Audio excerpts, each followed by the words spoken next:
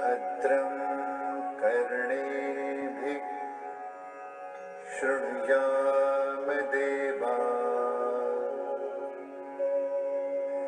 भद्रं पश्येमाक्षभिर्यजत्राः स्थिरैरङ्गैस्तुष्टुवांसस्तनुभिः व्यशेम देवहितं यदायुः स्वस्ति न इन्द्रो वृद्धश्रवाः स्वस्ति न पूषा विश्ववेदाः स्वस्ति नस्तार्क्ष्यो अरिष्टनेमिः स्वस्ति नो बृहस्पतिर्ददातु ॐ शान्ति शान्ति शान्तिः। Hari Om Tat Sat.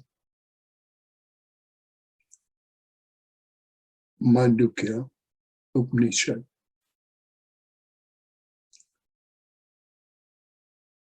In the beginning, today I feel like sharing with you the two words that we all know a lot about. One is gratitude, and the other one,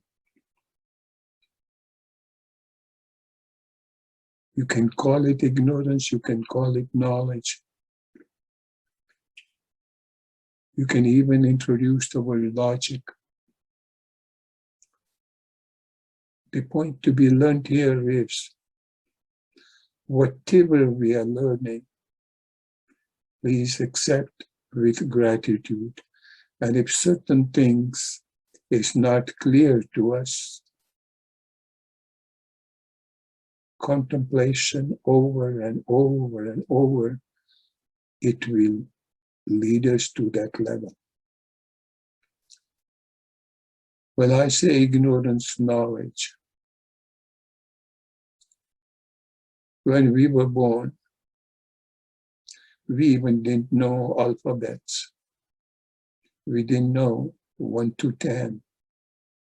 And slowly when we start knowing it, so at that stage, we were so much ignorant.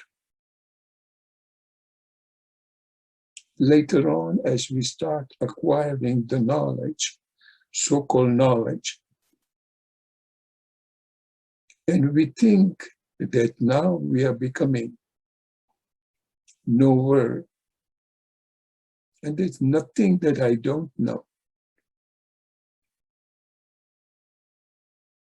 So we feel that the ignorance is removed and we have become knower. And as you still go further, and you go into the special branches, or specialty branches, it may be anything. Maybe science, commerce, engineering. But during those stages of development, and even after having a couple of masters and a couple of doctors' degree, we come to know that just a dot in the field of knowledge we know. So as you keep growing more and more, we become aware that how much I don't know. Up to this stage, it's okay. But the path of spirituality is such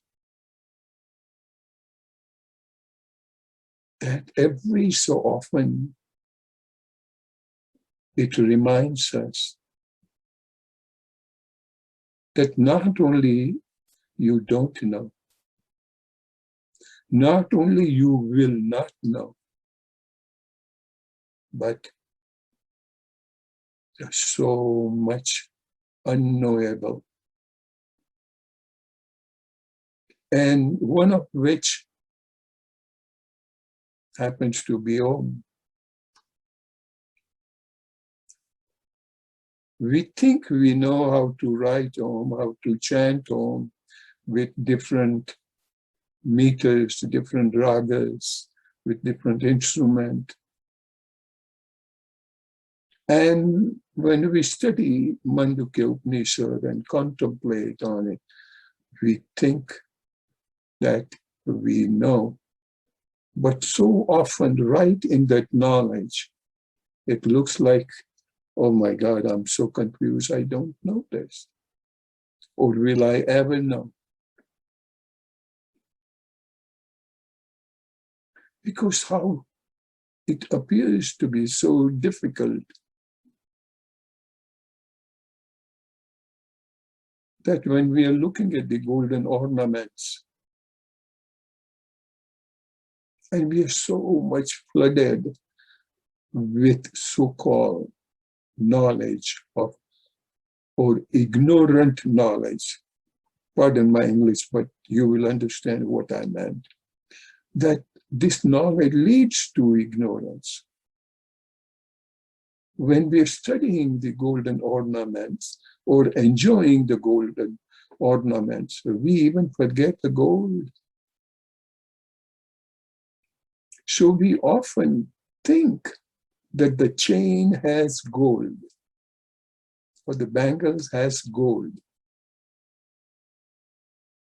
But in last 2-3 times, we studied the bangles and the golds do not have their existence without gold. As a matter of fact, the truth of the matter is that it is gold and it has a shape of necklace or bangles or ring. So without gold, there is no existence. So could we say in this light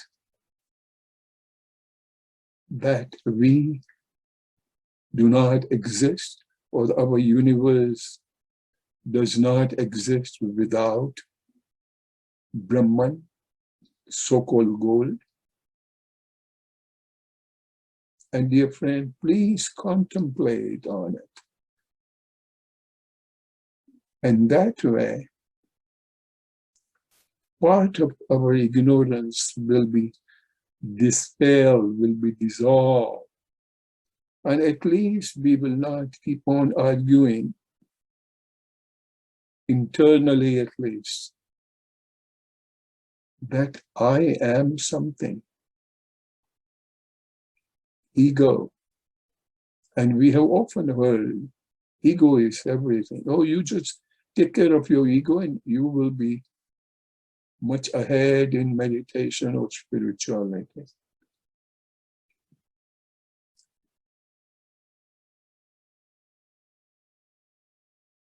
Dissolution of ego is not that easy. Ego, Sanskrit word, asmita, identity.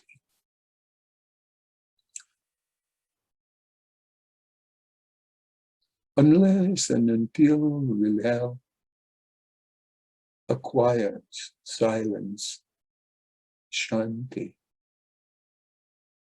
our mind will be always reactive, ascertaining so-called knowledge and so-called unreality. Everything is based on our external identity, our external shape. And we keep on enhancing or beautifying our existence. And sometimes physical, sometimes qualitatively. And what I mean by qualitatively is that if you possess certain type of knowledge, you like to excel in that knowledge so that you become unique. And you start thinking that I am the one who knows English well, or Sanskrit well, or mathematics well. Again, I get strengthened. So it is this knowledge, it is this logic that supports you. And when I say you, our ego. But when you remain in silence and try to understand this beautiful phenomena of this golden chain, and try to remove your ignorance with the awareness that it is gold without which shape does not exist. It is Brahman without which we ourselves do not exist. And once we do not exist, all our belonging do not exist. This is a matter of contemplation. We can keep on reading, we can keep on memorizing it. But unless that goes deep into you, that you come to know, we easily say, oh, body someday is gonna go. Yes, it is someday gonna go. But how much we take care of the body as if that is you. So let me take back to spending 4 or 5 minutes on understanding this so thoroughly that as soon as you take the gold out of it, no rings, no necklace, no bangles remain. As soon as the Brahman, the consciousness element, I shouldn't even be calling element because that is it. So, but pardon my language. So as soon as that element is taken out, it cannot also be taken out. Understand that, because that's the only thing, and everywhere it is. It takes the different shape. But for the time being, understand, when you take the gold out of necklace, nothing remains. And even though nothing remains, but later on, the same gold can take the shape of a bangle or any other ornaments, and it becomes that.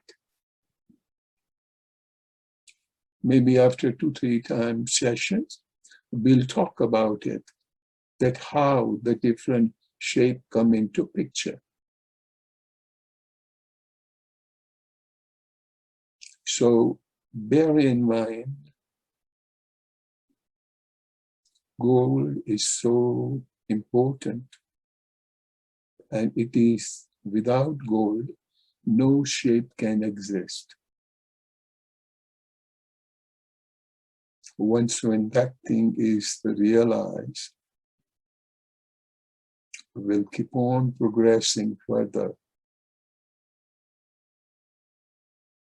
to know what that gold is. And that is what the science of Mandukya Upanishad is telling us. Silence. We barely made an effort to understand without silence, does not exist. Without silence, who does not exist? Without silence, or makar does not exist. And this u and ma, there's some kind of shape like necklace, bangles, and this. And you know, alphabets, all the alphabets, they emerge or they take shape of in or because of silence. And that will tell us what is silence. We have heard many times, silence is not to talk. Silence is not to create a disturbance. But there is no possibility and there is nothing to talk about. When there is no potentiality left, there is no seed left to talk about. That is silence. And once when that silence is realized, you will start realizing everything. And how to do that, that also will come to what we call little Vedantic tool. Upanishad is called Vedanta because it is coming at the end of the Vedas. Veda, the four most fundamental knowledge of humankind. And again, my very humble request to all of you, don't get into the chronology, whether was it 5,000 years ago or 10,000 years ago. It might have been 5 minutes ago.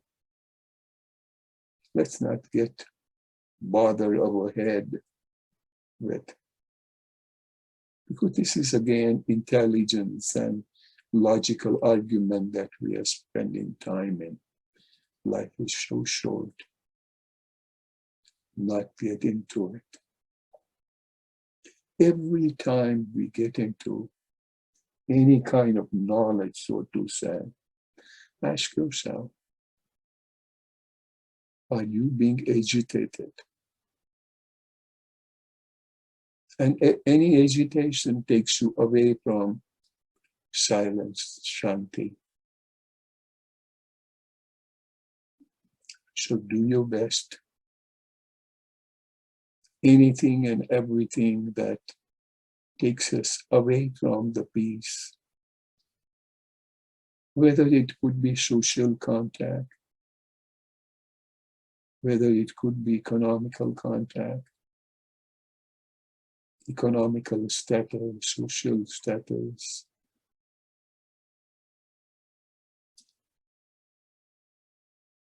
educational status, whatever may it be. But let us all firmly learn that statement, my inner silence is non-negotiable. And now you know from this angle why it is non-negotiable. We all like to learn this Mandukya Upanishad. Linguistic translation, we can appreciate and we can depart. My suggestion to all my friends, to whom I love very much, is to see that. Let us apply this to our path of sadhana, path of spirituality.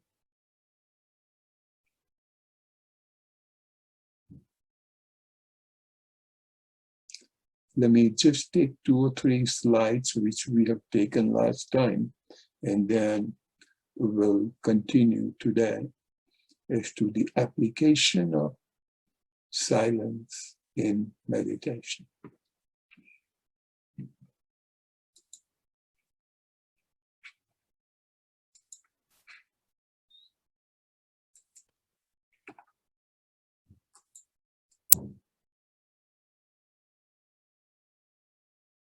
One more point here I would like to specify and mention.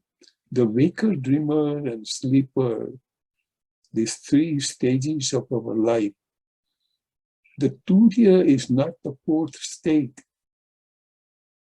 Without Turiya, none of these exist. So the 4th one is not a separate state. Understand? And the same thing,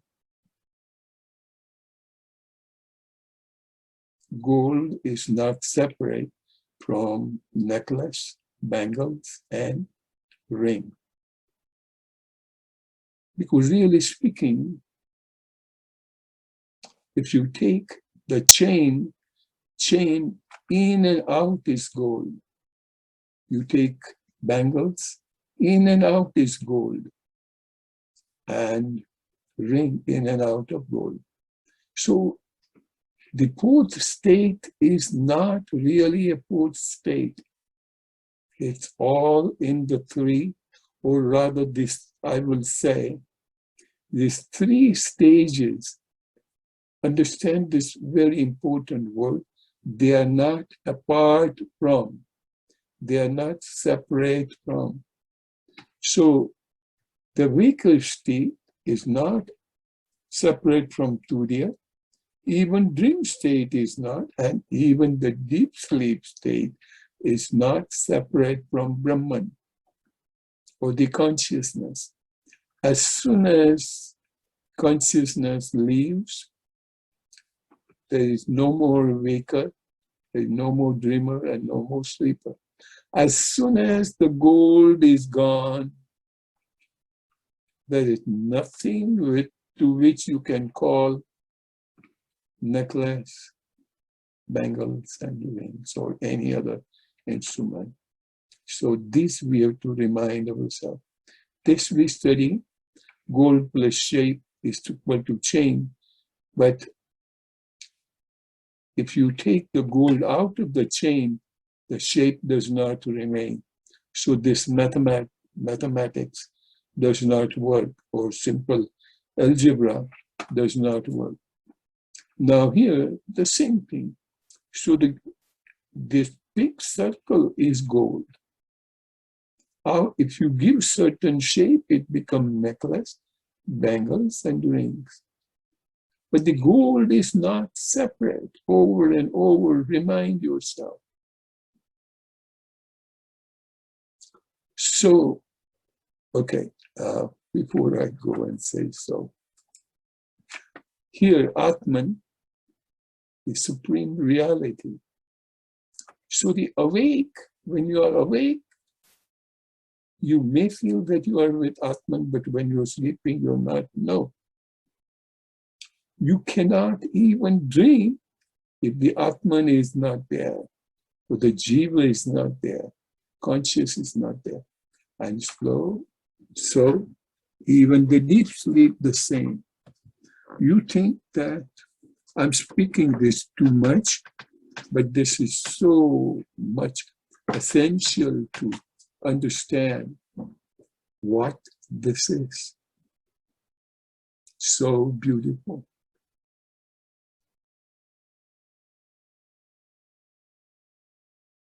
So what I was referring to here, that this is, it is so convincing that Atman, Jiva, is the reality.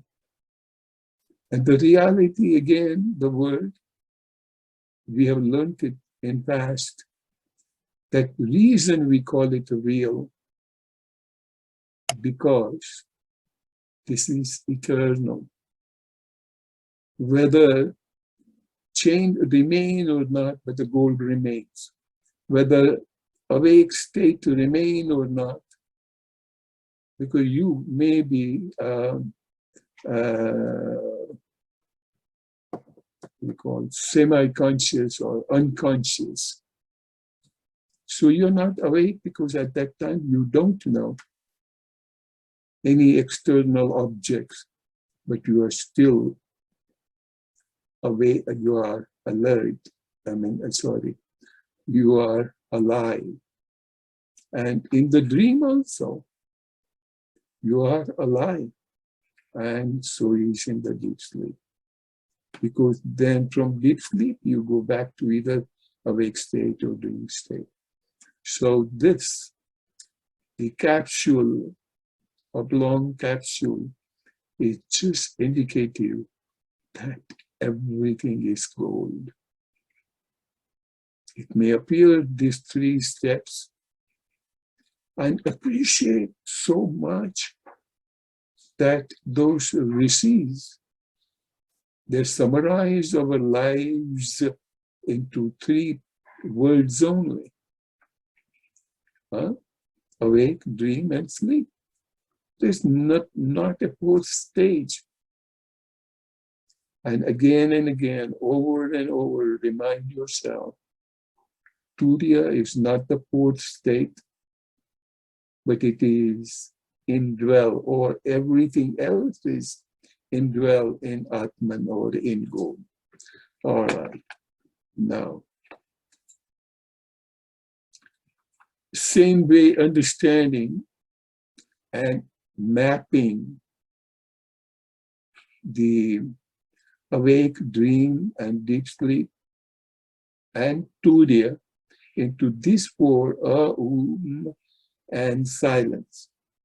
When you map one to the other, now comes the meditation technique. Slowly, that's where I'm taking you to. So understand.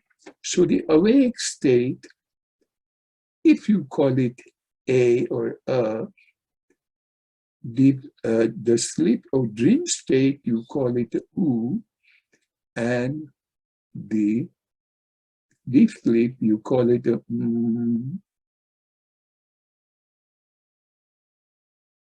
In that case, all these 4s are coming from silence.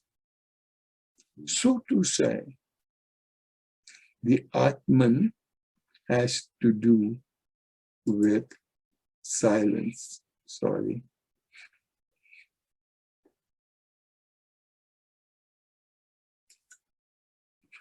Atman has to do with silence. Just bear that in mind. Because out of silence, Aum comes. And out of Atman, awake, dream, and deep sleep comes into picture. That means out of Atman, the entire life comes, and out of silence, everything comes, all the sound, all the reality, all. I still call it a reality, but you understand, I'm referring to objective reality. So the silence. But if we understand, it is the silence part that all of us, we try to get out of it as fast as we can. If somebody says that, did you do a mala with Omkar? Mala has 108 beads. So if somebody says, oh, and he enjoys it so much that he pauses for a while, and then he moves to one bead. But the other people say, hey, Sonachi, are you crazy? I already finished 10 beads. What makes you take so long? You didn't sleep well last night or what? So this is not a stage of rush. As a matter of fact, more steady you are, easier it is for you to learn. And that's why even Master Patanjali, even doing asanas, he says, Stiram Sukham Asanam. Stiram, steer, steady. And even in the yogic posture, you will realize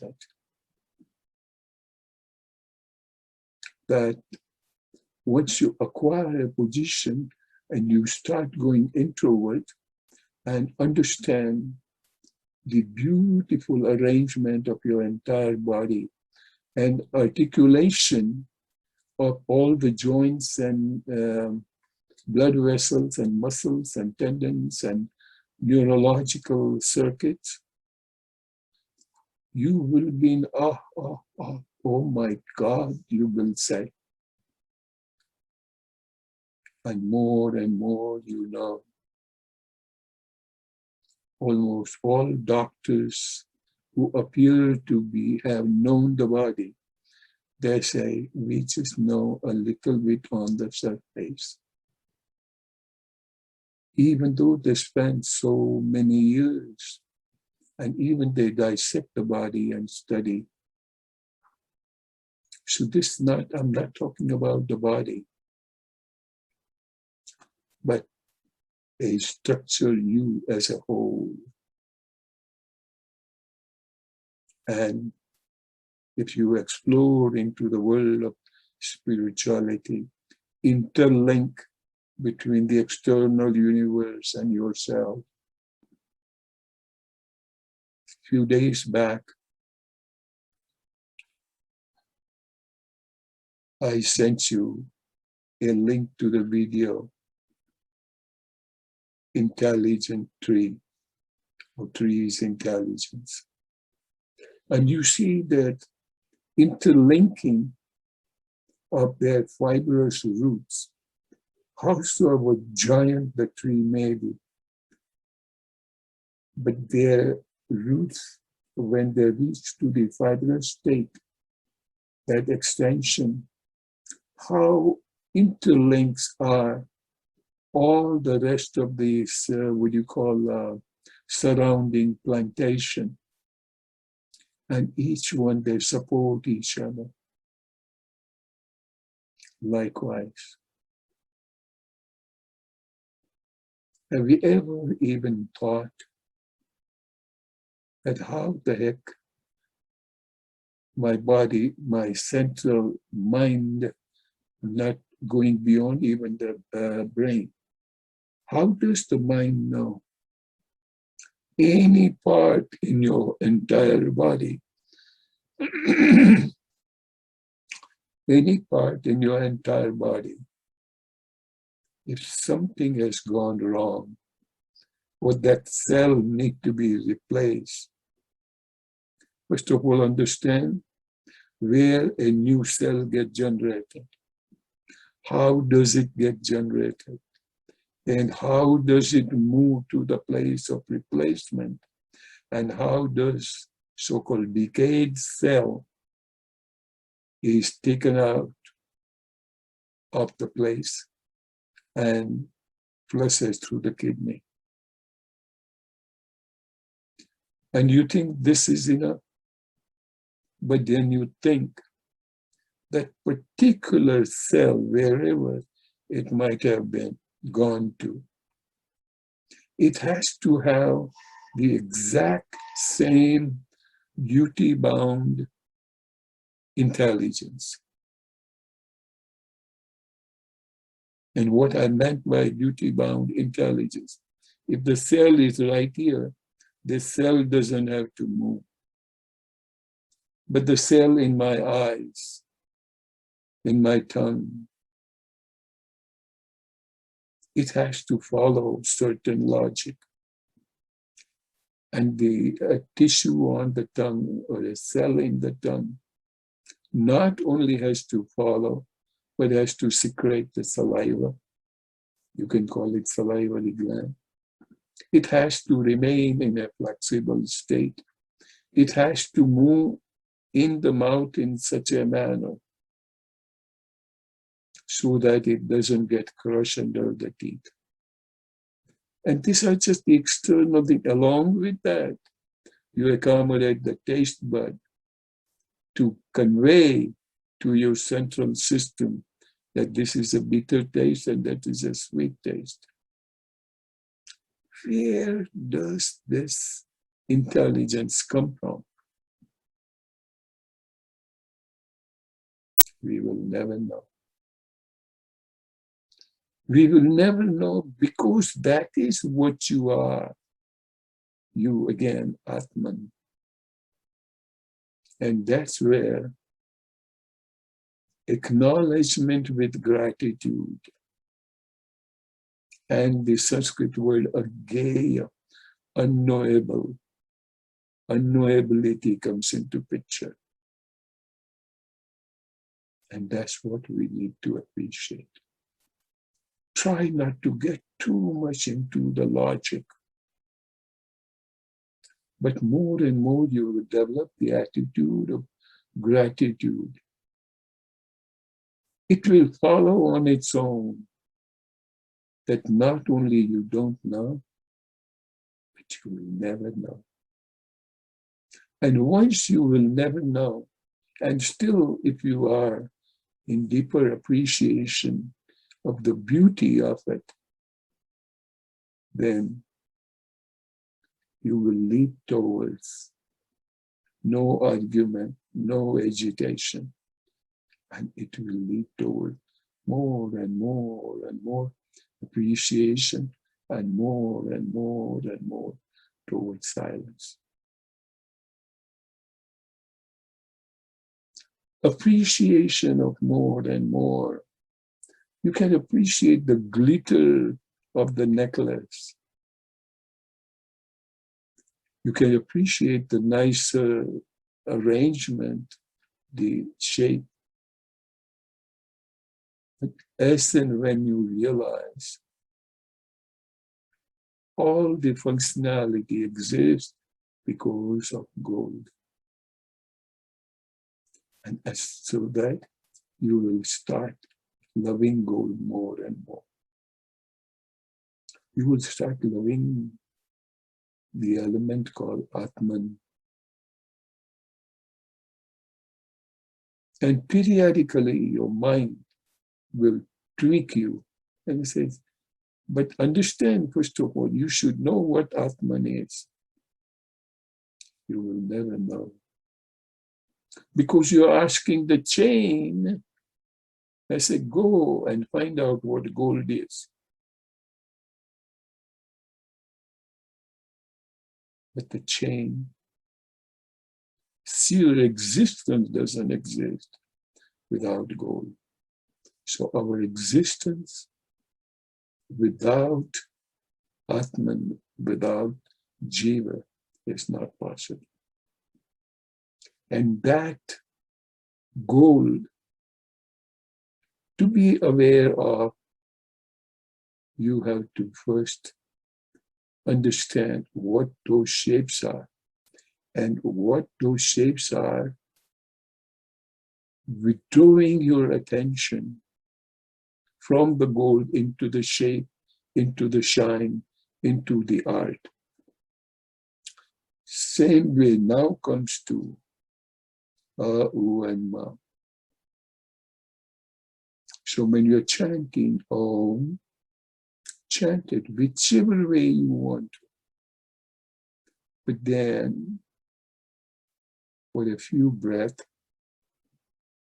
observe the silence and just pick up one part, which is or the awake state, and understand everything what you experience in the awake state is because of Turiya, because of gold, because of Atman. When you're looking at the necklace and has a little pins and little balls and little different star and shape. All those tiny bitty things. It is part of the shape that is only possible because of the Turiya. So every experience that you experience in the life, entire day, while you have your eyes open and you experience, thereby it does not say anywhere that do not enjoy the state, but you enjoy the state of awakeness with awareness that had there not been that gold, the Turiya, the Atman,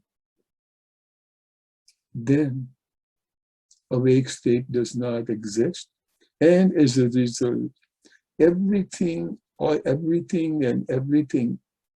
experience during awake state would not have been possible without Atman. So during that state of silence, during the state of you not chanting Om, but your mind is so full of Om, Om, and you are contemplating, and you are not only convincing, but experiencing yourself. Yes, I start working in the garden and taking care of the rose flower. Do so. But as you are taking care of the dead petals and this and that, or giving shade to a tree, or making sure that it gets enough water and sun and whatnot, that these are all experiences once when you are awake. But this all possible because of gold, the Turiya, the Atman. So sometimes people may wonder, can I do 5 minutes meditation?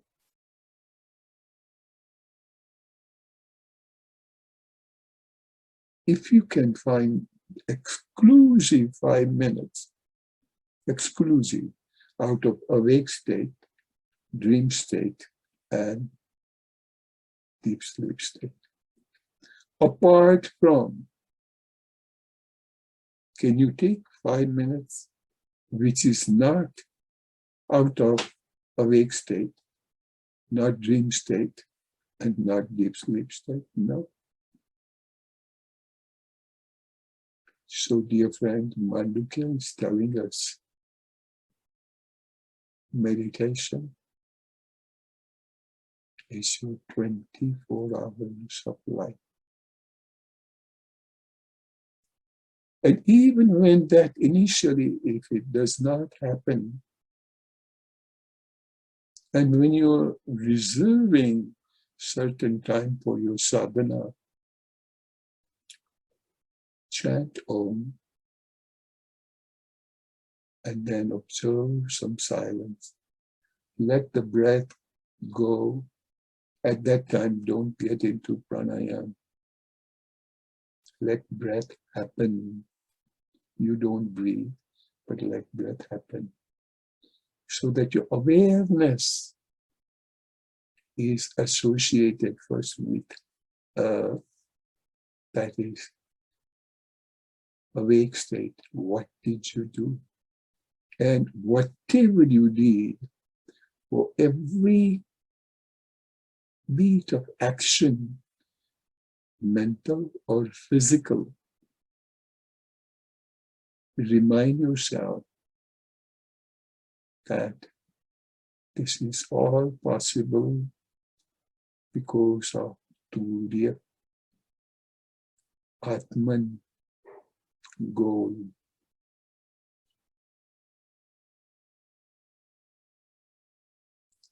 and continue for a few number of breaths, for a few minutes of silence. And at that stage, please do not get into wrong and right. That's why last Monday we were talking about there's nothing wrong and there's nothing right. Wrong and right will come into picture when logic comes into picture.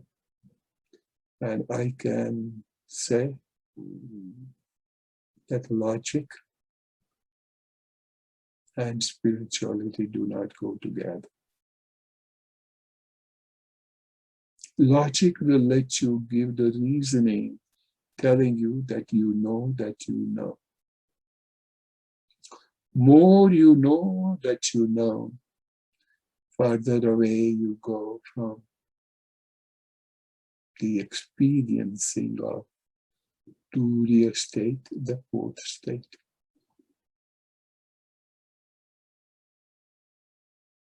So the practice, when we are chanting in the beginning of this Upanishad class, we have half hour of Omkar chanting. It is just training of our mind. Some of you, I understand, because you don't have time and you're managing your time. Do so. But if you can manage and join Omkar, it will be desirable. It is not a wastage of time. And this is chanting outside. But you can always chant, sit in your chair and become aware of chanting of Om.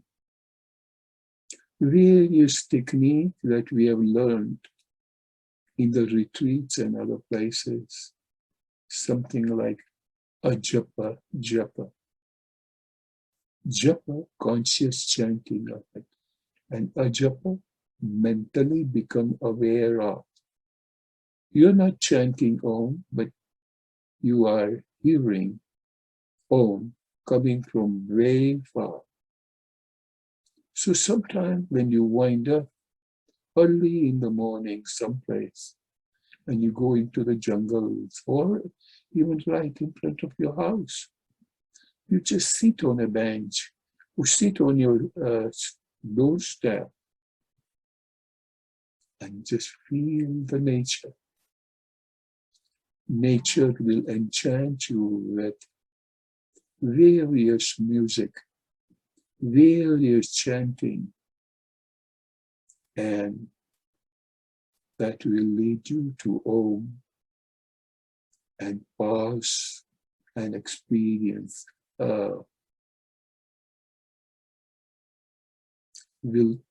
for today's sake, we'll just experience only and maybe next time we'll get into U and silence. But this is so important that we understand spirituality and practical life are not different. They're the same experiences, but we are applying it in a different manner. Wise people take the same experience. Wise person does not need to have chevron cloth. Wise person does not need to have a tiger skin to sit on. And a wise person does not have to go on the mountains of Himalayas and do that. Whereby those who are doing that and those who are on the Himalaya, they are bogus. No, please don't think so. But for we, worldly people, sansaric people, it is equally doable. But it is you who have to find some time for yourself. Otherwise, you can keep on wearing the necklace and bangle and keep showing to everybody else as to how beautiful it is.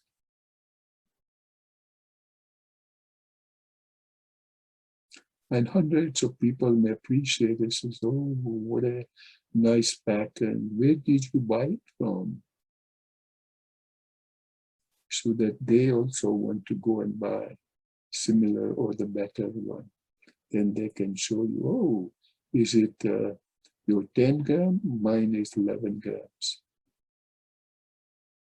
Anyhow, let's not get into what common society does, what we can do. And here I'm using the word what we can do. It's not a matter of doing it. The awareness, looking at the chain, looking at the clothes, looking at the garden outside, looking at the food in your kitchen, looking at children, birds, all this so-called objective information that you are deriving. Behind all this is gold. Behind all this is Turiya.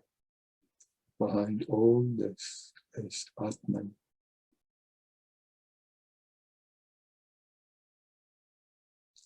And that glories and the beauties will so much make you overwhelmed that your identity will be dissolved. You won't know what you are. And later on, some point in time, you will come to know that is what you are. Brahmash, I am that. So sad, I am that.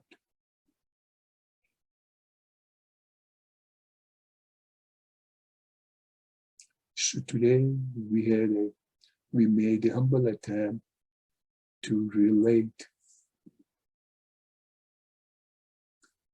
silence to Brahman and how Om can be taken as a tool to reach to the state of silence. How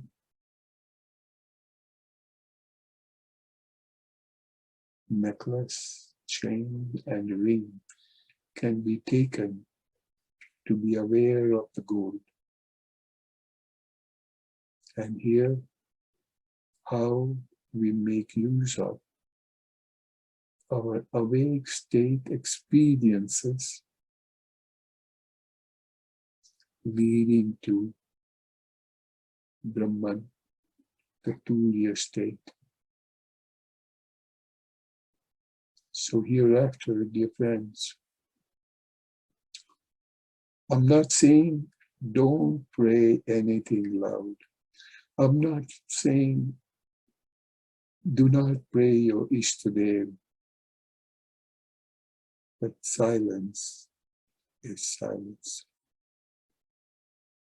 Otherwise, when you will be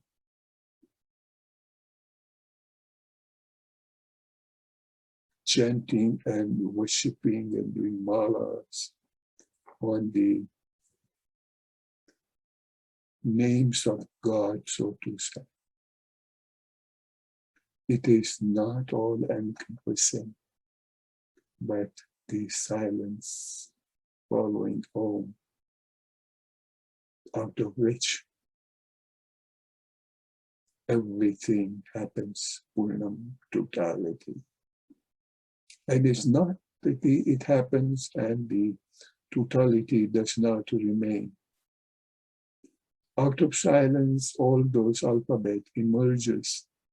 And then when they subside, it subsides back into the silence. So out of gold, the different ornaments are made. And as soon as the golden ornaments, so-called, are dissolved, they go back into the gold. And still, gold, whether it is in the form of a nugget, or it is in the form of a chain or ring or whatever, but the total amount of gold remains just gold. So even if you take gold out of to make some chain or so, gold still remains exact same amount. And that's what Purnamadaha, the sloka says. Purna meaning out of Purna. Purnam means totality. Udachate means taken out. Purnam means totality. Adaya. Avishishite. That means the remaining part of the Purnam is also Purnam. So hereafter, whenever you chant this mantra Om Purnamadaha, please do not take it as a food mantra or prasad mantra. You can do that too. But be aware of a deeper, all-encompassing meaning of Om Purnamadaha.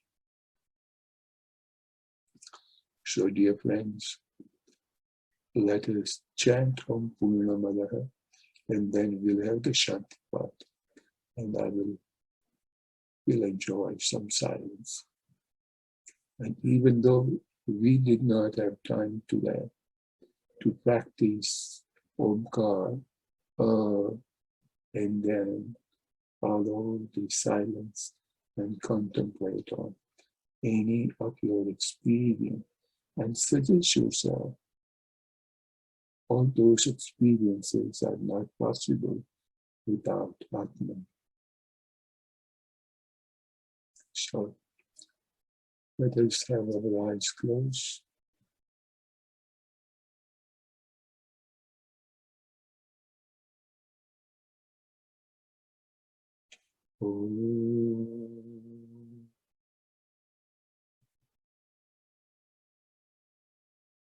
Purnamadaha Purnamidam Purnat Purnamudachyate Purnasya Purnamadaya Purnameva Vashishyate. Om Shanti Shanti Shanti.